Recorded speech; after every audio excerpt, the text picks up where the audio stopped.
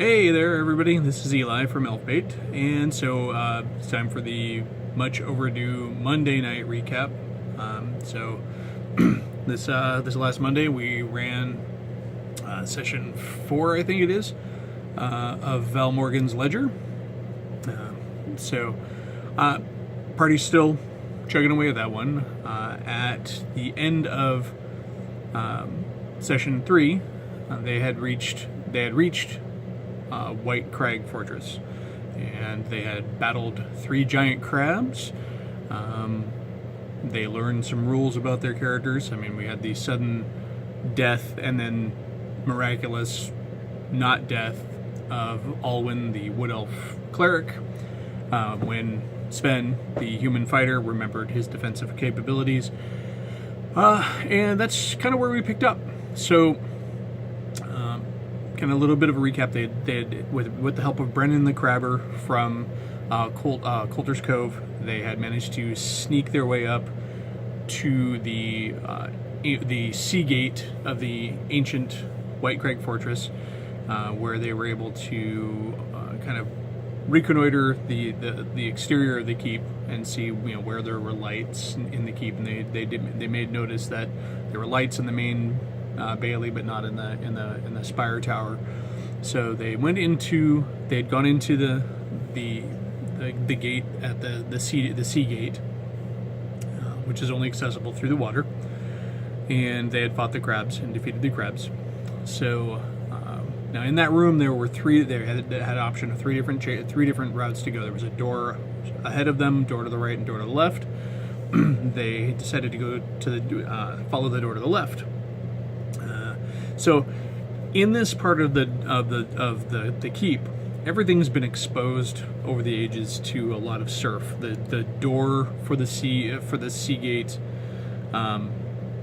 is long gone. So high tides, storms, and everything have had a chance to wash in and around this interior space. So the main room that they entered in when they first came in and fought the crabs is full of old driftwood and sea debris. They had found some loose coinage and stuff like that. And all of the metal and wood down here is just brine crusted and soaked and soggy and rusted over and covered in barnacles and stuff. So they managed to force open the door, and they did this intelligently. They kind of cracked it open. Sven, who is the strongest among them, had kind of prized it open and got kind of a whiff of funky, musty, kind of moldy smelling air. They took a little bit of time. And they kind of assessed the situation and decided to push on. So they opened it, and there's a hallway that's just overgrown with all kinds of molds and funguses, big mushrooms and little puffball mushrooms and a couple of large kind of looming mushrooms and slimes on the walls and stuff. It's a very overgrown, closed habitat, like it had been kind of a sealed environment for all this time and had a nice chance to just grow and fester with all this fungus. So they started creeping their way through, and as they did, they didn't realize that there were some dangerous fungus in and about there. And so rather than have them get attacked or anything, I had them roll dexterity checks to see if they could avoid snagging on the barbs and stuff.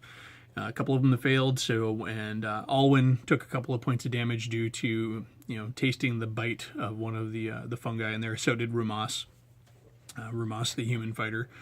So Alwyn lets out with a yelp, and at which point triggers the shrieker in the room. The shrieker is screaming and wailing. Characters the party's freaking out. They don't know what to do. It's making loud noises. They're trying to stealth their way into White Crag because the Red Hand is up in the ruins up above. So they're trying to stealth their way through, and they're kind of worried what's going to go on. So they kind of cruise through the rest of the room and up the stairs at the end of the hall, and they force open the door. So they go through some other crawls. They come in that door. They do a couple of checks to see if it force the door open. And they get it open, and in there they find kind of an empty room. It's dry, and they've gone up the stairs. This room seems to have been sealed away and is very dry and seems to have escaped the ravages of the sea, unlike the area that we're previously in. And as they're looking around, they notice the only thing of real note is there is a door in here, but also there is an old crate. All right, and so they go to look and they go to investigate the crate. As they approach it, it suddenly reveals itself to be a robe-clad gnome who is seems rather relieved that they seem friendly and they're not the Red Hand and they're not the crabs, and so he seems relieved that he's been found. The gnome introduces himself as a professor from the University of Highhold, which is one of the major universities in the capital city of Aerolith, which is now known as Vassal City, but its original name was Highhold under the High King, former High King. Introduces himself as Zev. This is my brother's character, who finally made it to a game. So he's back in, he's invested, and so good to have him. We had to find a way to insert him in the game. So he introduces himself. There's some dialogue as to who he is and what he's doing, and he explains that he came to White Crag looking to answer, or to really settle an academic argument between him and an associate at the university. He has a book that that very much indicates that the original builders of White Crag built it with indoor privies, and he is very much convinced that they had outdoor privies because indoor privies were not consistent with that time. It's kind of a quirky academic character, but it fits in. You have to understand my brother. It's a good character, and actually it was pulling off of one of his backgrounds. He had rolled a book that he had taken from the university in one of his background rolls, and so this was his way of using that to kind of insert himself into this game. And it made sense. It was a good, fun little interaction. So they do some exploring, in one of the side chambers. They look around. There's not much, and then Sven, and I do apologize if I don't recall everything that went on. His first time trying to orchestrate a 5-player game in a bit, and so and it's been a few days. But so Sven, being a blacksmith, noticed, and having been raised in keeps and castles and in the trappings of men, at least men of Aerolith. I mean, Rumas is human, but he's from the off in the Vizaki lands, kind of up to the northwest in the desert. So different architecture, different build style. But Sven notices that despite this side chamber that they had gone into, which looks to be an armory, all rotted metal and overgrown and rusted, just looks like it would have been a fortune in arms and armor, if not for the ravages of time. Notices that there's some strange rust markings on the wall that don't seem to correspond to any of the weapons racks or anything. So they check around, and they find that there is an optical illusion in the stonework, which there's a little bit of a lip there. And so bravely, they reach in there and they find a trigger, and the wall swings open, and there's a chamber on the other side. And so on this chamber, they look around, and there is what they find in there is there's some crates and boxes and stuff.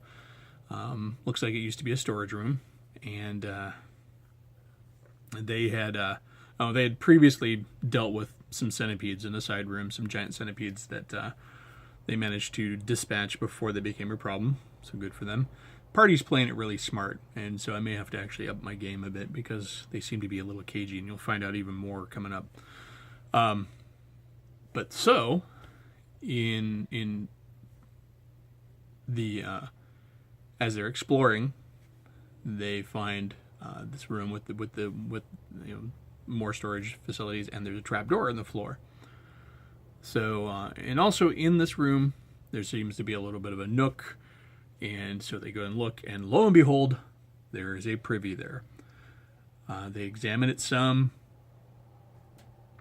but they're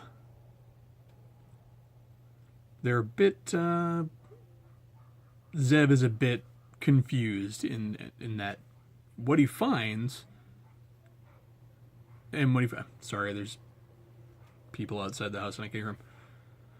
But so, live casts. Okay. So Zeb is looking around. Of course, he's got his theory on the privies, and he finds this indoor privy.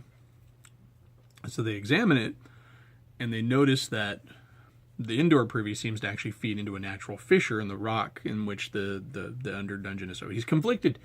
It's an indoor privy, but it takes advantage of outdoor privy plumbing. And so he's kind of the mind of, this doesn't settle anything. This leaves it kind of in the middle.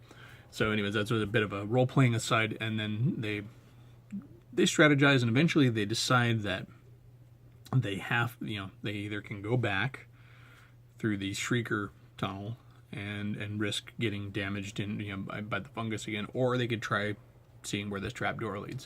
So the trapdoor is actually locked from the exterior, so they go ahead and open it up, and there's a ladder going down. The ladder goes down, so they lower a torch down, and they're kind of checking it out, and they notice that the floor down below seems to be tiled and finished, and so they then creep down. The ranger creeps down ahead, and it's a strange room. There's a study of some sort, books lining the walls and sample jars, and there seems to be a figure slumped over a desk in the center of the room. So he checks it out and determines that it's all clear. They all kind of come down, and they're looking around, and they find that this room is very much something out of place for what they've seen so far. Seems to be like a scribe or some sort of robed figure, leaning dead over this big book, with an unfinished illustration of some goggle-eyed, fish-faced, toothy creature. And they check out the book, and it's got a title, Of the Deep and Things Deeper Still. And so they look around. There's sample jars of sea creatures, and looks like fish and deep abyssal things and all sorts of aquatic life. And they find, as they're looking around, they find some gold in here. They find some potions, and the potions are labeled, so they nicely have a couple of new healing potions and some potions of cure poison. So those are useful. Clearly something that had been used in whatever studies were going on in here. As they look around some more, they also, the players are already just kind of going, their minds are spinning. There's so much stuff. There's so many books and all these different titles and stuff. They're determined that they're going to come back here after they deal with the Red Hand. So the only other feature in the room that they can see is there seems to be a big, heavy iron door that is in perfect condition, that is locked from the inside of this room. And so they decide to let that go for now. Clearly it's locked from the inside. They're not necessarily wanting to push forward. And so at that point, they decide to do the gnome does detect magic, and in doing so, they find that there is a magic secret door here. The door that's locked is also magic of some sort. But so they are also found out that the dagger that they found is magical, and a pair of gauntlets that they had found earlier in a chest in one of the rooms does seem to be magical as well. So that was a pair of old style gauntlets, kind of a previous age, with iron bands riveted with meteoric iron studs. So they open up the secret door, and they find on the other side kind of a macabre sight of a head-high mound of bones, just a pile of collected bones from that all match kind of the anatomy of the creature they saw in the book that they had found in there. So they kind of back away from that. They're like, okay, then it opened up into a natural cave, and they're kind of, all right, well, no, we're going to kind of back off. So they take some time and they think about it, and so they decide that where they need to be going is up towards the keep and towards their mission of recovering the ledger for Valmorgen and getting to the Red Hand there. So they kind of backtrack up, and they're talking and they're strategizing how to get back through the fungus room, and they all think, wait a minute, how did you get in here? And they look to the gnome. They're looking at the gnome. How did you get in here without getting attacked? And he's like, oh.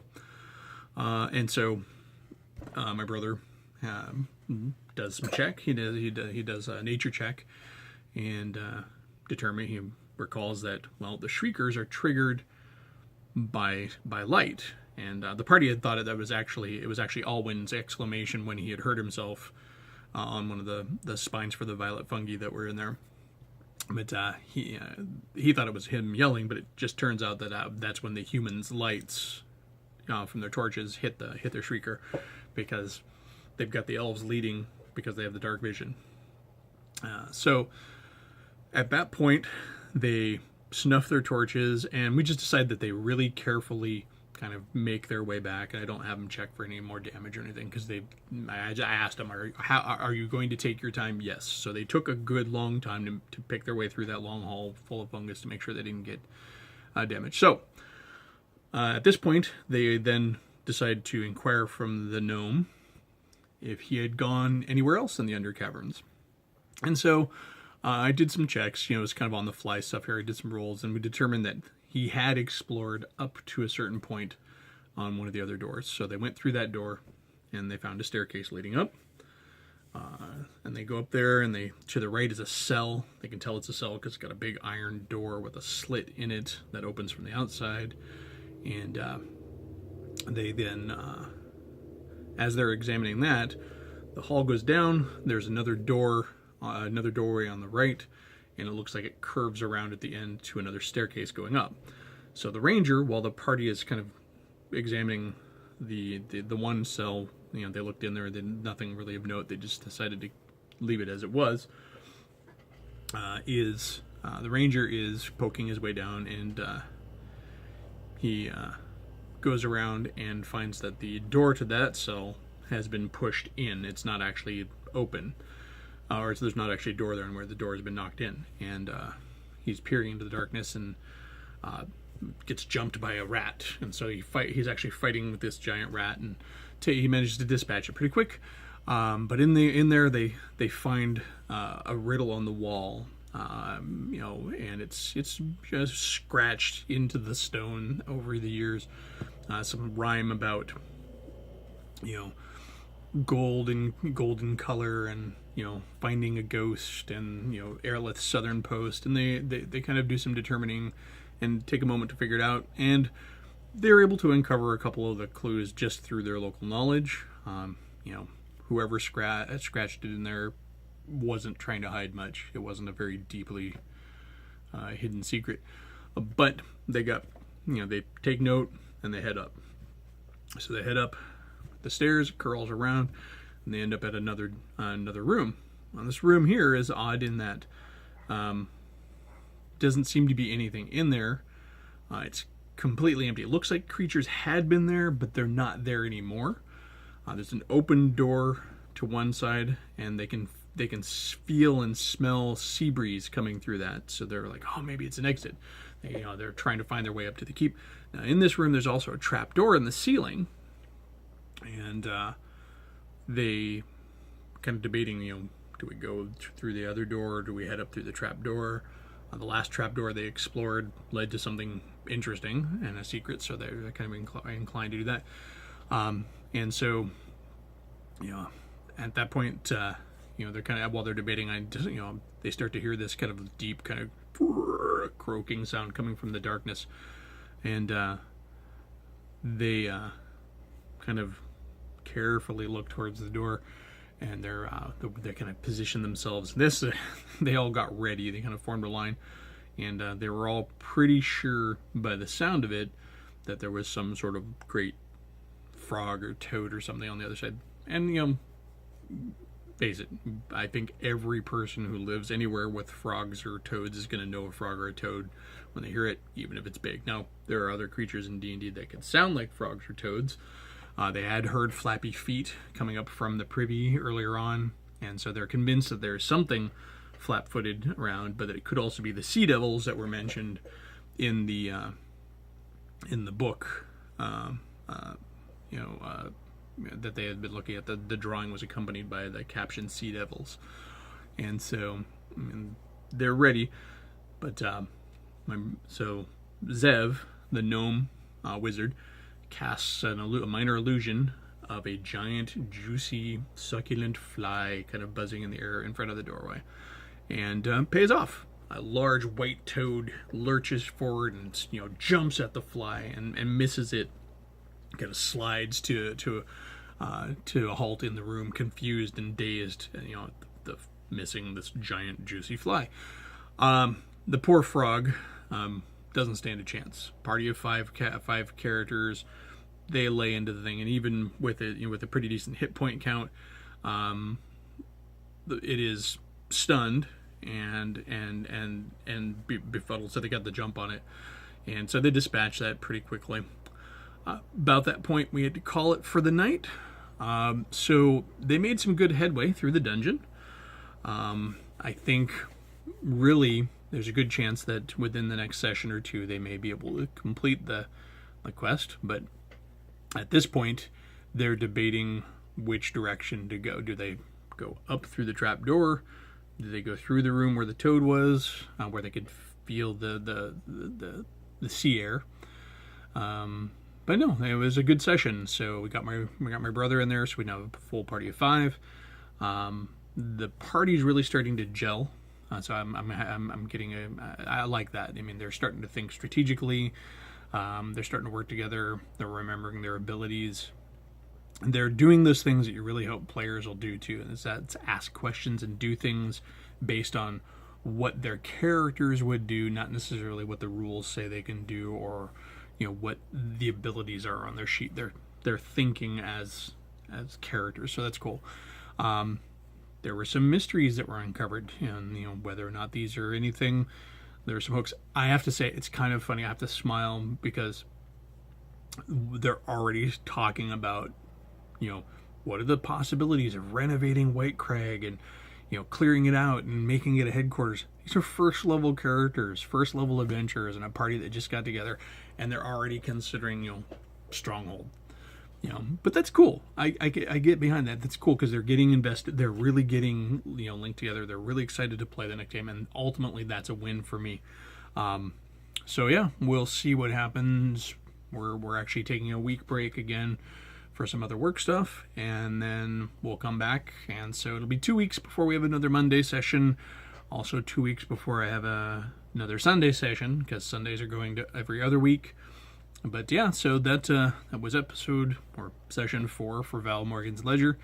Hope you're enjoying these recaps, and I try to make them as interesting as I can and not get bogged down in too much weightiness. But really, I mean, I feel it's fun to share this with folks, and if you're curious how games go and how they develop, hopefully this will help. Again, if there are questions that you want to ask me or things you're wondering, if something comes up in one of these recaps that you would like to ask about, what was my thinking, what was my process, where did I get the idea, how did I stat that out, what was that, go ahead and ask in the comments below. I'll be happy to go ahead and answer that for you. If you have other questions that you'd like to see or subjects you'd like to have me talk about outside of the recaps, those are certainly videos that I'm willing to make and would like to make, and I do make them as the ideas come to me, but best place to make those happen is just by commenting down. Also, if you're enjoying this, let folks know. Subscribers help. I did my first kind of shameless plug on a Facebook post the other day, and so there is also I'm thinking I have an Elfbait Facebook group that I had been using just for discussion between like-minded folks, but it's really not getting used for that. So I may open that up as a potential communication point for folks to drop questions or suggestions as well. But this is Eli from Elfbait. Thanks for tuning in again, and get out and game. Thanks.